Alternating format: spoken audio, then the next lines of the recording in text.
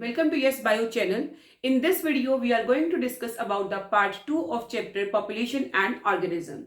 In the previous video, we have discussed about the population attributes and natality, mortality, birth rate and death rate. In this video, we are going to discuss about the growth model first. Basically, if we talk about the growth models, there are two types of growth model. That is, one is exponential and the second one is logistic growth.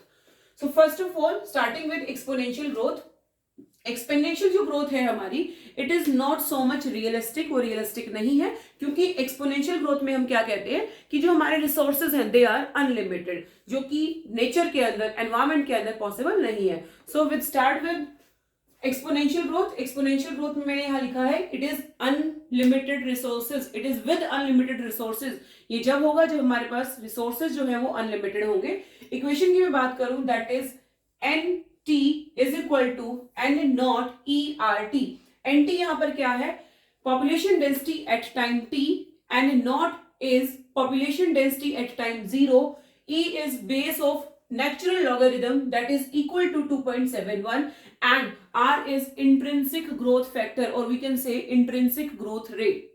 So basically this is when जब आपके पास जो resources हैं वो unlimited है, जितना मर्जी population बढ़ती रहे रिसोर्सेज आपके खत्म नहीं होंगे, and that is not realistic. दूसरा जो है हमारा that is logistic growth. Logistic growth जो है वो रियलिस्टिक है, लिमिटेड रिसोर्सेज के साथ है, और दूसरा हम क्या बोलते हैं कि फिटेस्ट सर्वाइव एंड रिप्रोड्यूस. एक कम्युनिटी है, एक एनवायरमेंट है जिसके अंदर कंपटीशन है, जिसके अंदर दो कोई स्पीसीज हैं, उनमें से जो फिट होगा वो सर्वाइव करेगा and the other will not survive. ये जो थ्योरी थी हमारी, किसने दी थी? डार्विन ने दी थी. सो बेसिकली लिमिटेड रिसोर्सेज के साथ है, fittest survive and reproduce. So it shows lag phase, धीरे धीरे एक पॉपुलेशन का इंक्रीज हो रहा है. एक्सेलरेशन, तेजी से इंक्रीज होना. उसके बाद होगा डिसलरेशन, थोड़ा सा कम हो जाना. And then we are having asymptote growth. Asymptote growth कब होती है? जिस टाइम जो ग्रोथ है वो एक कैरिंग कैपेसिटी में चली जाएगी. कैरिंग कैपेसिटी जैसे ही आएगी, कैरिंग कैपेसिटी होती क्या है जिसको हम के से डिनोट करते हैं. कैरिंग कैपेसिटी किसी भी एनवायरमेंट की अपनी खुद की कैपेसिटी है, जिसके अंदर वो एक लिमिट तक ही पॉपुलेशन को बढ़ा सकता है, क्योंकि उस लिमिट के बाद उसके रिसोर्सेज जो है वो खत्म हो जाते हैं. और इस तरह की ग्रोथ को हम बोलते हैं asymptote growth. So here we are having graph. Graph के अंदर जो आपका ए पैरामीटर है वो शो करता है एक्सपोनेंशियल ग्रोथ को, और जो बी कर्व है दैट इज सिग्मॉइड कर्व, वो शो करती है आपकी लॉजिस्टिक ग्रोथ को, जिसको मैं बार बार बोल रही हूं it is a realistic growth. अब पॉपुलेशन डेंसिटी को आप मेजर कैसे करोगे? इसके लिए हमारे पास दो इक्वेशन है. डीएन अपॉन डीटी जो कि पॉपुलेशन डेंसिटी को बता रही है, रेट ऑफ पॉपुलेशन डेंसिटी को बता रही है. आपको मेजर करनी है एक्सपोनेंशियल वाली, तो आप लोगे आर टी. आर आपका इंट्रिंसिक फैक्टर है और टी आपका टाइम है. आर को आप बी माइनस डी भी ले सकते हो, मींस बर्थ कितना हुआ उसके अंदर से डेथ जो है वो आप माइनस कर दीजिए. एक्सपोनेंशियल ग्रोथ थी हमारी जिसके अंदर d N upon d t is equal to r t. दूसरा जो है हमारा लॉजिस्टिक ग्रोथ है, ये क्या कहता है? Population density is having the carrying capacity value also. R N is equal to, जो हमारा आर है वो क्या हो जाएगा?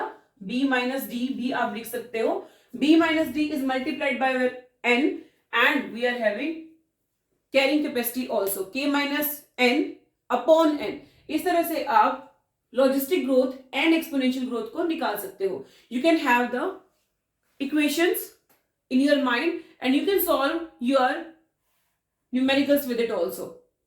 नेक्स्ट जो है हमारा topic that is life history variations. Life history variations के अंदर एनसीईआरटी के अंदर बहुत छोटा टॉपिक दिया हुआ है, लेकिन यहां से क्वेश्चंस आ जाते हैं. लाइफ हिस्ट्री वेरिएशन क्या कहती है? Population evolve to maximise their reproductive fitness, so called Darwinian fitness. Darwin ने क्या कहा था कि जो फिट होगा वही सर्वाइव करेगा, और फिटेस्ट कैसे एक ऑर्गेनिज्म बन सकता है? अपने रिप्रोडक्शन मेथड को इवॉल्व करके.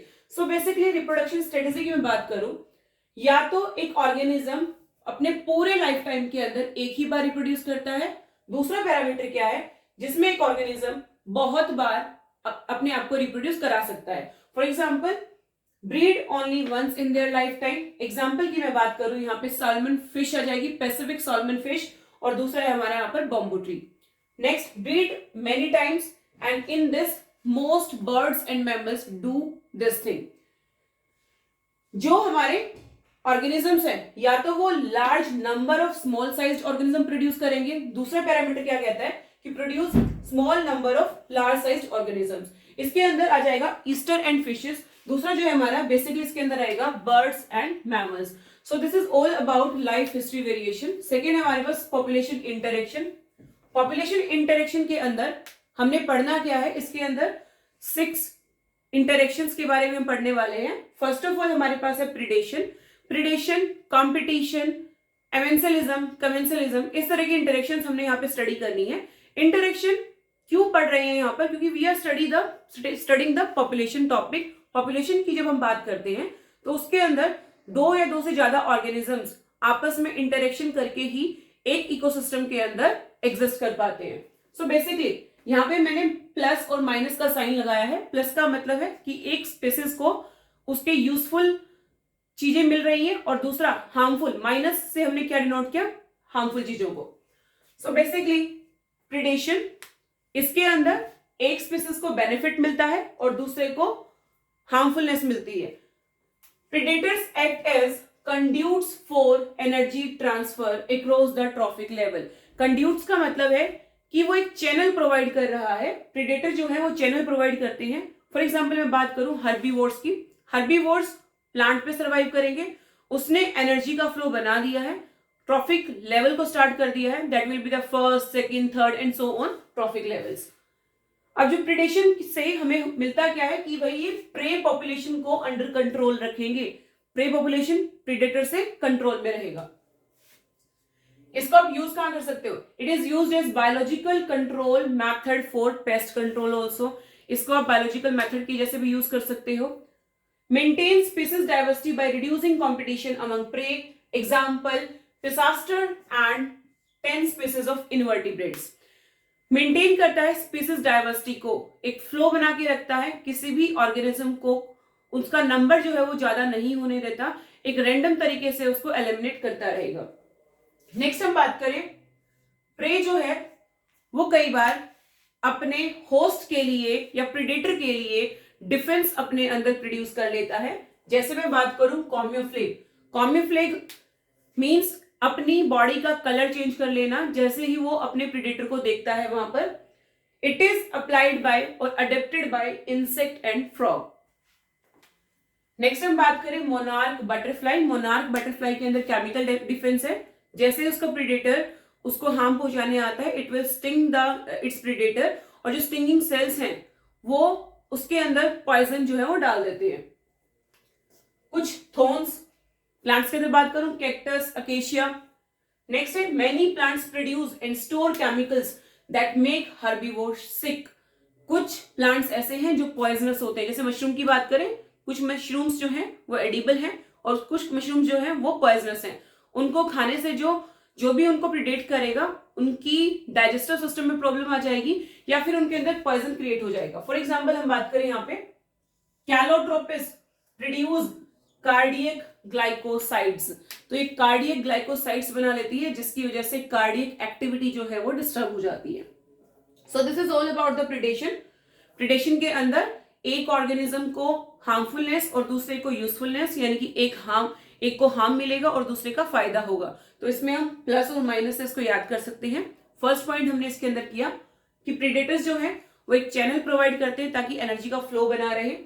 प्रे पॉपुलेशन को अंडर कंट्रोल रखते हैं. इसको हम बायोलॉजिकल पेस्ट कंट्रोल मेथड से भी यूज कर सकते हैं अपने फील्ड के अंदर. मेंटेन रखते हैं स्पीसीज डाइवर्सिटी को. उसके अलावा प्रे जो है अपने अंदर कई बार डिफेंस बना लेता है जिसकी वजह से कॉम्यूफ्लेग या हम बोल सकते हैं केमिकल डिफेंस अपने अंदर बना लिया. थॉर्न्स जो है वो आ गए हैं प्लांट के अंदर, या फिर कुछ ऐसा केमिकल बनाना शुरू कर दिया जिससे प्रीडेटर की जो लाइफ साइकिल है वो डिस्टर्ब हो जाएगी. नेक्स्ट है कंपटीशन. कंपटीशन के अंदर दोनों ही हार्मफुलनेस में चले जाएंगे. There is no usefulness for any of the organism, any of the species. दोनों को हार्म होगा. इसके अंदर हम क्या बात करेंगे कि inter specific competition is a potent force in organic evolution. दो स्पीसीज के बीच में कंपटीशन होने की वजह से ऑर्गेनिक एवोल्यूशन जो है वो आ जाता है, अपने अंदर ऑर्गेनिज्म चेंजेस ले आता है ताकि वो कंपटीशन से बाहर निकल सके। Totally unrelated species can compete for same species. कई बार क्या होता है, दो स्पीसीज हैं और बिल्कुल रिलेट नहीं करती आपस में, फिर भी वो कंपटीशन के अंदर है। थर्ड मैंने लिखा the fitness of one species is significantly lower in presence of another species. दो ऑर्गेनिजम्स है, ऐसा नहीं हो सकता कि दोनों फिट हैं। क्लियर? दोनों में से एक की फिटनेस ज्यादा होगी, दूसरे की कम होगी। क्या बोलना चाह रहा है कि दो स्पीसीज यदि एग्जिस्ट कर रही हैं तो वो उन दोनों के आपस के रिलेशन की वजह से एक ज्यादा फिट है थोड़ा सा और एक कम फिट है। Next, competitive release. Competitive release क्या कहता है कि the distributional range increase when superior species removed. कोई भी सुपीरियर स्पीसीज यदि आप एलिमिनेट कर दो, उसकी वजह से कंपटीशन जो है वो खत्म हो जाता है, बाकी की जो स्पीसीज है वो आराम से वहां रह सकती है। इसके अलावा हम बात करें गॉस प्रिंसिपल की। गॉस प्रिंसिपल एक्सक्लूजन प्रिंसिपल है, उसको भी आप याद करना मत भूलिए। एक्सक्लूजन प्रिंसिपल क्या कहता है कि आप दो स्पीसीज जब होंगी उनमें से एक एक्सक्लूड कर दो तो दूसरे का सर्वाइवल अपने आप बन जाता है। उसके अलावा हम बात करते हैं को एग्जिस्टेंस की। को एग्जिस्टेंस में क्या होता है कि बहुत सारी स्पीसीज आपस में जितने भी रिसोर्सेज हैं उसको पार्टीशन करके अपने आप को सर्वाइव कर सकती हैं। लाइक एग्जांपल तुम्हें वार्बलर का इसके अंदर क्या होगा, बहुत सारे स्पीसीज हैं, उनको एक साथ एक ही जगह रहना है और सारी कॉम्पिटिटिव है। फॉर एग्जाम्पल उन्होंने अपने हंटिंग का पैटर्न बदल लिया, प्रिडेशन का टाइम बदल लिया, ठीक है, तो वो कुछ ना कुछ मैनेज करके सोर्स को पार्टीशन कर लिया, कुछ ना कुछ मैनेज करके वो अपने आप को सर्वाइवल तक लेके जा सकती हैं। So there will be lack of competition between them, और कंपटीशन कम करने की वजह से ताकि दोनों को हार्म कम हो और एक ही जगह पे वो वहां रह सके। Okay, so this is all about the today's class. First of all we have discussed about the growth model. Growth model के अंदर हमने एक्सपोनेंशियल और लॉजिस्टिक ग्रोथ को डिस्कस किया। एक्सपोनेंशियल रियलिस्टिक नहीं है, लॉजिस्टिक जो है वो रियलिस्टिक है। क्वेश्चन भी यहीं से ज्यादा आते हैं हमें। उसके बाद लाइफ हिस्ट्री वेरिएशन को पढ़ा। लाइफ हिस्ट्री वेरिएशन में हमने क्या देखा, population evolve to maximise their reproductive fitness. अपने आप को फिट करने के लिए वो अपने रिप्रोडक्शन मेथड में कुछ ना कुछ चेंजेस जो है वो लेके आती रहती है। रिप्रोडक्टिव स्ट्रेटेजी जो है वो अलग अलग तरह की हो सकती है। हो सकता है कि एक स्पीसीज अपने पूरे लाइफ टाइम में एक ही बार रिप्रोड्यूस करे। दूसरा क्या हो सकता है कि लाइफ टाइम में बहुत बार रिप्रोड्यूस कर सकती है, लाइक बर्ड्स हैं, मैमल्स हैं, इंक्लूडिंग ह्यूमंस। और दूसरी बात, कुछ ऐसे होते हैं जो large number of small sized organism produce करते हैं, या हम बोल सकते हैं small number of large size organism produce कर सकते हैं। दोनों के एग्जांपल हमने यहाँ देखे। उसके बाद हमने पॉपुलेशन इंटरेक्शन पढ़ा। पॉपुलेशन इंटरेक्शन के अंदर अभी हमने दो चीजें पढ़ी हैं, प्रिडेशन एंड कॉम्पिटिशन। प्रिडेशन में एक को हार्म होगा, दूसरे को यूजफुलनेस है। यहाँ पर दूसरे में हमने कॉम्पिटिशन में दोनों को हार्म पहुंचाया जा रहा है, दोनों ही नेगेटिव इंपैक्ट लेके जा रहे हैं। इसको कम करने के लिए एक्सक्लूसिव प्रिंसिपल जो है हम यहाँ अपना सकते हैं, या फिर गोज एक्सक्लूजन प्रिंसिपल अपना सकते हैं। और तीसरा हमने यहाँ बोला को एवोल्यूशन का, साथ साथ या को एग्जिस्टेंस का, सॉरी। को एग्जिस्टेंस में क्या होता है कि बहुत सारी स्पीसीज एक साथ रहेगी जिसके अंदर वो अपना पैटर्न जो है वो थोड़ा सा बदल के वहां पे एग्जिस्ट कर सकते हैं। सो this is all about today's class.